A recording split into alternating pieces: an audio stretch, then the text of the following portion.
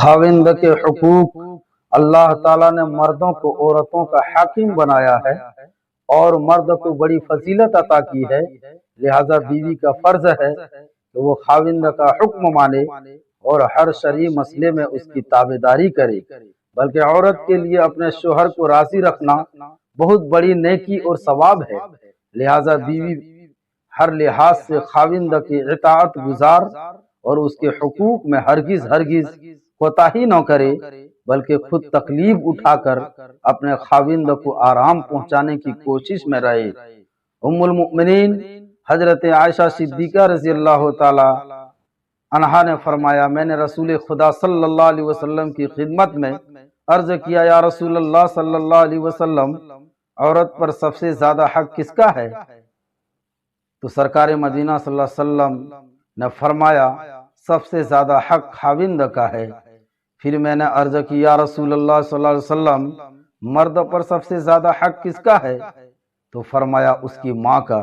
پیارے اسلامی بھائیوں، اس حدیث پاک سے پتہ چلا کہ جب تک عورت کی شادی نہیں ہوتی اس پر اس کے والدین کا حق زیادہ ہوتا ہے، اور شادی کے بعد خاوند کا حق والدین سے مقدم ہو جاتا ہے، اور اس حق کو نہ سمجھنے کی وجہ سے کئی گھر اجڑ جاتے ہیں۔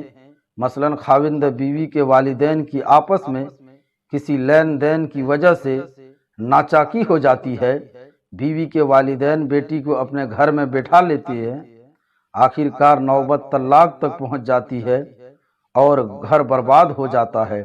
لیکن اگر بیوی سرکار دو عالم صلی اللہ علیہ وسلم کے اس حدیث پاک کو سمجھے اور خاوند کے کہنے پر اس کے گھر آباد رہے تو گھر برباد نہ ہو۔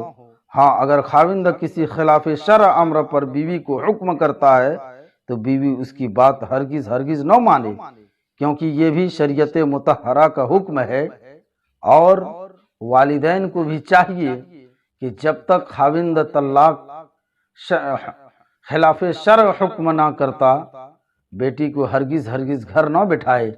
حضرت معاذ رضی اللہ تعالیٰ عنہ سے روایت ہے، رسول خدا صلی اللہ تعالیٰ علیہ وسلم نے ارشاد فرمایا، کوئی عورت اس وقت ایمان کا مزہ نہ پائے گی جب تک کہ وہ اپنے شوہر کا حق ادا نہ کرے۔ حضرت انس رضی اللہ تعالیٰ عنہ سے روایت ہے، رسول خدا صلی اللہ تعالیٰ علیہ وسلم کا فرمان عالی شان ہے کہ آدمی کے لیے سجدہ کرنا درست ہوتا تو میں عورت کو حکم دیتا کہ اپنے شوہر کو سجدہ کرے، کہ اس کے ذمہ بہت بڑا حق ہے۔ اس ذات کی قسم ہے جس کے قبضہ قدرت میں میری جان ہے، اگر پاؤں سے سر تک شوہر کے تمام جسم پر زخم ہوں جس سے پیپ اور خون بہتا ہو، پھر عورت اسے چاٹے تو بھی حق کے خاوند ادا نہ کیا ہو۔ ایک عورت نبی کریم صلی اللہ علیہ وسلم کی خدمت میں حاضر ہوئی تو سرکار مدینہ صلی اللہ علیہ وسلم نے پوچھا، کیا تو شادی شدہ ہے؟ اس نے عرض کیا، ہاں۔ تو پھر سرکار مدینہ صلی اللہ علیہ وسلم نے فرمایا کہ تو اپنے خاوند کے ساتھ کیسی ہے؟ عرض کیا کہ خدمت کے لیے کوشش کرتی ہوں مگر جو میرے بس میں نہیں ہوتا۔ فرمایا، تیرے خاوند تیری جنت بھی ہے اور دوزخ بھی، یعنی اگر تو خاوند کو راضی رکھے گی تو تم جنت پہنچ جاؤ گی، اور اگر خاوند ناراض رہا تو دوزخ پہنچ جاؤ گی۔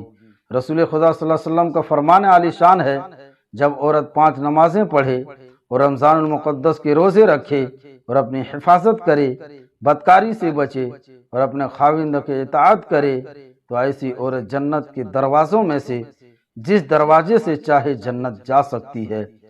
رسول اکرم صلی اللہ تعالیٰ علیہ وسلم نے فرمایا، میں نے شب معراج میں دوزخ میں جھانکا تو دیکھا کہ وہاں زیادہ تر عورتیں ہیں۔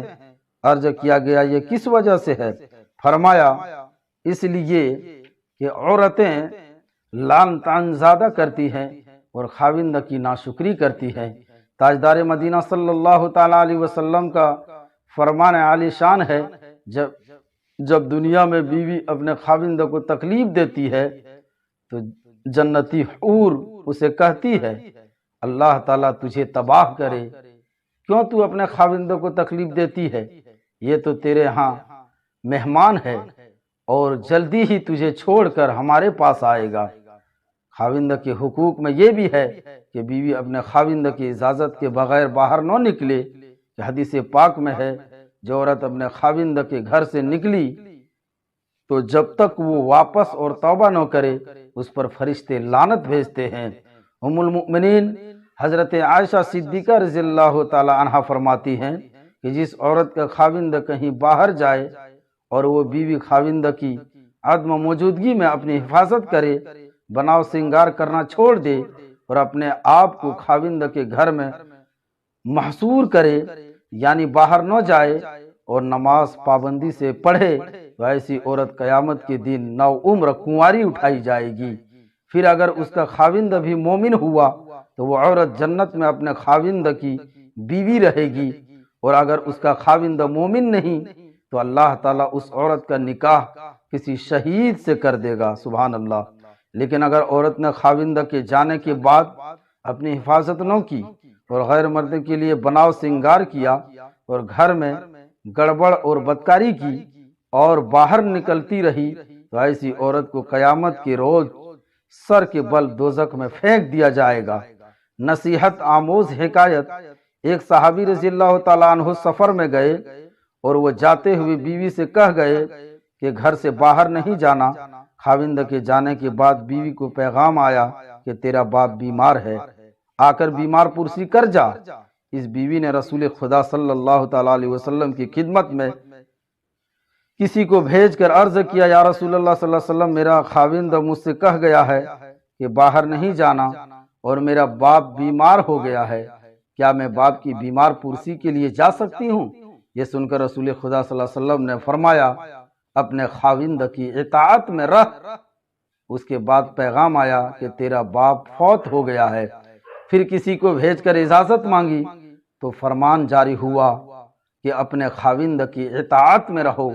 بیوی صبر کر کے گھر میں ہی رہی، اور جب اس کے باپ کو دفن کر کے آئے تو رسول خدا صلی اللہ تعالیٰ علیہ وسلم نے اس بیوی کی طرف پیغام بھیجا کہ تو خاوند کی اطاعت میں رہی، اس کی برکت سے اللہ تعالیٰ نے تیرے باپ کو جنت عطا کر دی ہے۔ سبحان اللہ۔